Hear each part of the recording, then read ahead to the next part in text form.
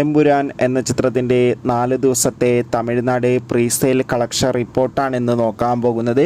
വീഡിയോയ്ക്ക് മുൻപ് video like ചെയ്യുക, ചാനൽ സബ്സ്ക്രൈബ് ചെയ്യുക. മാർച്ച് ഏപ്രിൽ മാസങ്ങളിൽ അങ്ങോട്ട് ധാരാളം ചിത്രങ്ങൾ OTT റിലീസ് ചെയ്യും.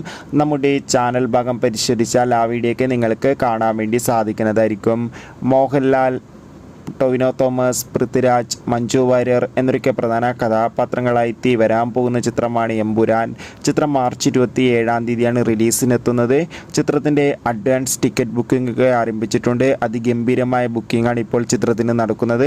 അതുകൊണ്ട് തന്നെ ഏവരും ഏറെ ആകാംക്ഷയോടെയാണ് പ്രീസെയിൽ കളക്ഷൻ റിപ്പോർട്ട് അറിയാൻ വേണ്ടി കാത്തിരിക്കുന്നത്. ചിത്രത്തിൻ്റെ 4 ദിവസത്തെ ഏറ്റവും പുതിയ തമിഴ്നാട് പ്രീസെയിൽ കളക്ഷൻ റിപ്പോർട്ട് വന്നിട്ടുണ്ട്.